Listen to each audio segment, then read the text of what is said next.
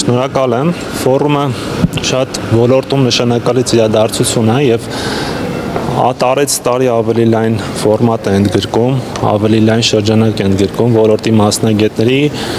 ընկերությունների, պետական ներկայացվածություն, հասարակական կազմակերպություններ եւ լավ հարթակ է դարձել ոլորտին առնչվող հուզող հարցերը բարձրացնելու, ձեռքբերումները ամրագրելու, նաև խնդիրները հասկանալու եւ փորձել լուծման տարբերակները գտնելու։ Ես շնորհակալ եմ իհարկե կազմակերպիչներին եւ հովանավորներին, որ կազմակերպել են եւ մեզ բոլորիս տվել են նման հնարավորություն ավելի անմիջական, ավելի առարկայական եւ շփվելու եւ փորձելու հասկանալ թե ոլորտը ուր է գնում եւ երկարաժամկետ համագործակցության ուղիներ փնտրելու միմյանց հետ։ Ասեք հանքավայրի շահագործման քանի թույլտվություն է տվել նախարարությունը այս տարի ինչ է շահագործումը։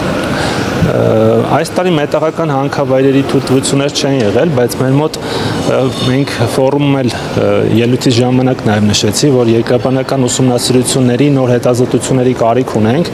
դրանց այդ ուղղությամբ մենք մեծ աշխատանք ենք իրականացնում, իհարկե ոլորտի մասնակիցների աջակցությամբ եւ այնպիսի նախադրանք ենք ստեղծում, որ միջազգային օտարերկրյա կազմակերպությունները ոլորտում հարուստ փորձ ունեցող կազմակերպությունները ներդրումներ իրականացնեն Հայաստանում,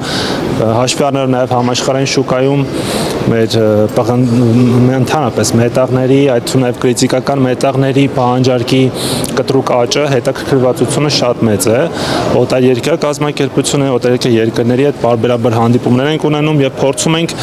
բերել Հայաստան այնպիսի ընկերությունների, որոնք կբերեն իրենց հետ միջազգային լավագույն փորձը եւ Հայաստանի համար կլինեն արդյունավետ ներդրումներ, կստեղծեն նոր աշխատատեղեր եւ պահպանելով բոլոր բնապահպանական նորմերը, սոցիալական նորմերը եւ բոլորի համար կստեղծեն ավելացված արժեք։ Քննարկվում է հանքարդյունաբերության տեղը, քանի որ որոշակի ուղեկցող ռիսկեր կարող են լինել, այդ ռիսկերը արդյոք վերլուծվում են, թե ոչ։ Այո, իհարկե, հենց այդ էի ասում, որ մենք ներկայումս գնահատում ենք, թե ընդհանուրինս պաշարներ ունենք, այդ վերլուծությունն է կատարվում, հասկանալու համար, թե մենք առաջիկա տարիների, երբ որ մենք հասկանանք, թե ինչ ունենք, ինչ կարողություններ ունենք, կարողանանք նաև ապագա տարիների մեր քաղաքականությունը հարմարեցնենք դրա հետ, համաշխարհային պահանջարկի շուկային համապատասխան, նաև իհարկե ինքը շատ ուղղակի էֆեկտ է ունենում տարածքային զարգացման վրա, հանքերը, եւ բնականաբար կարևոր նշանակություն ունի այդ տեսանկյունից եւ այդ շատ ենք կարևորում այդ մասով կատարվող աշխատանքը։ Ասացիք հետախուզական այդ աշխատանքը մենք գործառում ենք նախարարությունը կմանրամասնենք ինչի մասին է։ Որ վայրերում նոր տարածքներ կան։ Շատ լավ, մենք ռազմավարությամբ ունենք դրույթ, որով նախատեսում ենք ստեղծել երկրաբանական ծառայություն, որը պատրաստի կլինի արդեն 27 թվականին։ Այդ մասով գործուն քայլեր ենք անում, համագործակցում ենք այլ երկրների այդ ծառայությունների, երկրաբանական ծառայությունների հետ, ԱՄՆ-ի հետ, ԵՄ-ի հետ համագործակցություն ունենք եւ փորձում ենք այդ մոդելը երկրաբանական ծառայության մեր մոդել ունենանք լավագույն փորձով։ Այո, USGS-ի հետ եւ փորձում ենք այդ մոդելը բերել Հայաստան, մեր մոտ ունենալ եւ հենց այդ ուսումնասիրությունների համատեքստում պետությունը ինքը լինելու է պատվիրատու լայնածավալ ռեգիոնալ ուսումնասիրությունների համար, դա հնարավորություն կտա նոր հանքավայրերի հետ բերել եւ այդ նոր հանքավայրերը հնարավոր կլինի արդեն առաջարկել նաեւ օտարերկրյա ներդրողներին, որոնք կունենան կանխատեսելիություն, կունենան ներդրումների պաշտպանվածություն, հասկանալով թե որտեղ են ներդրում եւ ինչ կարող են ակնկալել այդ ներդրումներից։ Այո, պետությունը ֆինանսավորել է նաև ռեգիոնալ ուսումնասիրություններ, լինելու է պատվիրատու եւ նոր պաշարների հայտնաբերման հնարավորություն է ստեղծվելու։ Մեր հետագայում մեր շատ խոսացվեց պանելների ժամանակ, բոլորը այդ են ասում, որ մենք պետք է ունենանք վերարտադրություն հանքարդյունաբերությունում, որովհետեւ տարիներ հետո այս գործող հանքերը չեն լինի, բայց մեր սերունդների համար պետք է ապահովենք հանքահունքային հենք, որը հնարավորություն կտա վերարտադրել մեր հանքարդյունաբերությունը նաև մեր սերունդների համար առաջիկա երկարաժամկետ կտրվածքով։ Ոլորտի ամենակարևոր խնդիրն է այս հետախուզությունները, բայց կա նաև այսօր խոսվեց այդ մասին, որ եւ վարչապետը եւ նորմալ էկոնոմիկայի որ երկարացվի հնարավորինս շղթան, արտադրական դուք երևի ամենալավատերեք ոլորտի արդյոք այս ոլորտը պատրաստ է երկարացնելու շղթան, արտադրական շղթան եւ ինչ եք պատկերացնում, եթե հնարավոր է, ինչ հաջորդ ինչ արտադրվելու դրանից, բանյութից հետո ինչ էկոլոգիական տեսակետից եւ տնտեսական տեսակետից։ Այո, այդ հետագա արտադրությունը տնտեսապես շատ շահավետ է եւ լուրջ վերլուծության կարիք ունի, թե ինչ արժեք կստեղծի։ Մենք ռազմավարությամբ ունենք, որ պետք է ստեղծվի պղնձաձուլարան, այդ մասով գործուն քայլեր կան եւ ուղղակի դեռևս որ ասեմ արդյունք կա, որ կարող ենք ասել, որ մեր պղնձաձուլարանը հիմա կառուցվում է, ոչ, դա չկա, բայց կա համագործակցություն եւ այլ երկրների ընկերությունների հետ, որոնք պատրաստակամություն են հայտնում Հայաստանում կառուցել պղնձաձուլարան, բայց դա դեռևս այսպես ասած շատ առարկայական չէ, որ կարողանանք ասել, որ մենք կունենանք, բայց բնականաբար մենք խթանում ենք այդ process-ը, դա լուրջ տնտեսագիտական հաշվարկ է ենթադրում մեր ունեցած պաշարները գնահատելու եւ կարծում մենք պղնձաձուլարան կունենանք նաեւ մեր պաշարների ծավալները մեծացնելու արդյունքում, որպեսզի կարողանանք այդ հումքը ապահովել։ Այս ծավալների դեպքում դեռևս ասած այո, չեմ ասի, որովհետև իրենք հետաքրքրվածություն ամեն դեպքում ունեն, բայց մենք մի քիչ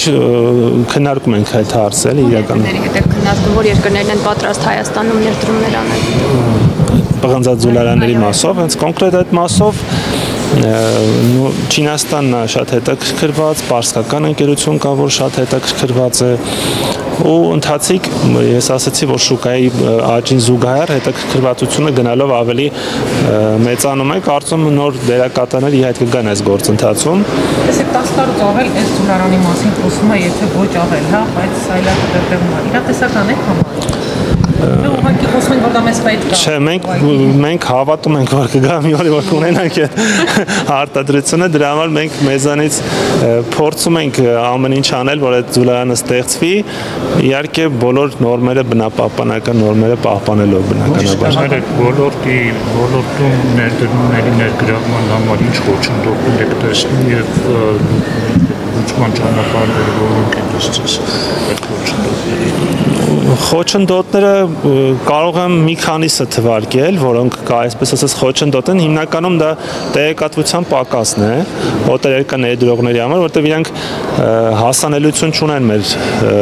ֆոնդային նյութերին, այսինքն ես նշեցի, որ դրանք հիմնականում ԽՍՀՄ ժամանակվանից նույնիսկ կուտակված նյութեր են, որոնք ռուսերենով պահպանվող նյութեր են, այսինքն հաստ գրքեր են սովետական միության տարիներից, որոնք օտարերկրյա ներդրողին հասանելի չեն։ Մեկը տեղեկատվության պակասն է, որը մենք հիմա լուծում ենք թվայնացման գործընթացով, որը նաև օտար լեզվով իրենց հնարավորություն կտանք հասանելիություն ունենալ այդ ողջ ինֆորմացիային եւ պիտանի ինֆորմացիային, այսինքն վերլուծած, համապարփակ վերլուծած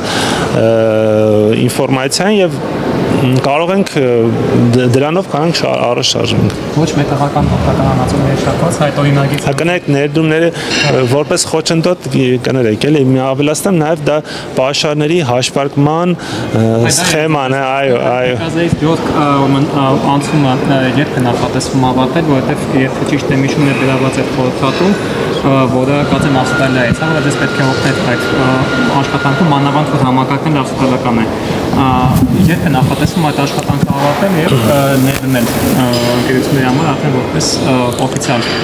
պաշարների գնահատման համակարգ։ Իսկ դուք խնդրում եք սկսեք որպես խոչընդոտ էլի։ Որպես խոչընդոտ իհարկե օգտակար հանածոների հաշվետվականության համակարգն է, որը մեր մոտ դեռևս ԽՍՀՄ ժամանակների հաշվետվականության համակարգն է, որը միջազգային ընկերությունների, միջազգային ներդրողի համար հասկանալի լեզվով չէ։ Եվ դրա համար մենք նախաձեռնել ենք նաև միջազգային կոմիտեի անդամակցություն, ստանդարտի կոմիտեի, CRISCO-ի անդամակցություն, իհարկե հաշվի առնելով նաև մեր ազգային առանձնահատկությունները այդ անդամակցությունը պետք է լինի։ CRISCO-ի հետ խորհրդատու այս բան չունենք, բայց CRISCO-ի հետ անմիջապես բանակցություններ են ընթանում, կարծում եմ առաջիկա եկող տարվա ընթացքում դրական արդյունքներ կունենանք այդ մասով։ Մեր միության ասոցիացիայի հետ էլ այդ մասով համատեղ աշխատում ենք, հանքարդյունաբերողների եւ մետալուրգների ասոցիացիայի հետ, իրենք էլ իրենց կարողությունների ուժով աջակցում են այս գործընթացին։ Ունենք ճանապարհային քարտեզ, որով շարժվում ենք առաջ եւ հույսով եմ, որ մյուս տարվա ընթացքում լավ նորություն է։ Թե արդեն կպատրաստվի Մեր ազգային ստանդարտը կարծում եմ, որ ազգային ստանդարտը մյուս տարվա վերջ կունենանք, որը արդեն ոչ մետաղական օգտակարանացիների կապված ընդունվեց օրինագիծը վերջերս, այդ ավազի հանքերին ներսահմանագոտում վերահսկողության։ Հիմա փաստացի արդեն կիրարկվում է այդ վերահսկողությունը, թե դեռ ոչ, արդեն պարտավոր են տնտեսվարողները այդ GPS մոդուլները տեղադրել իրենց շարժակազմի վրա, ոչ նախարարությունը, այլ վերահսկող մարմինը վերահսկողություն կատարի։ Դերևս առաջին ընթերցմամբ է ընդունվել օրենքների փաթեթը, այո, երկրորդ ընթերցումից ընդունվելուց հետո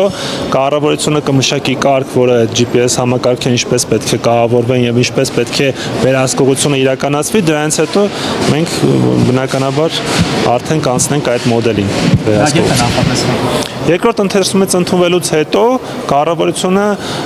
կարգով միջև, եթե չեմ սխալվում, օգոստոս ամիսն է նախատեսված, բայց կարծում ավելի շուտ կկարողանանք։ Եթե կարելի է այդ ճանապարհների հետ կապված, քանի որ երկու ոլորտներ առանցվում են նախարարությանը, այդ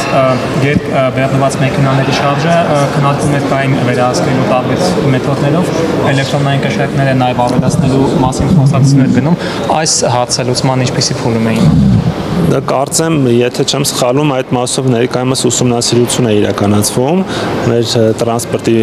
բլոկի կողմից միջազգային կառույցների աջակցությամբ եւ այդ վերլուծությունը իրականացվում է ամբողջ հանրապետությունը ծածկելու համար եւ վերջին արդյունքներ ունենալուց հետո այդ կշեռքները կանդրադառնան, կշեռքները կդրվեն արդեն։ Երբ նախատեսվում է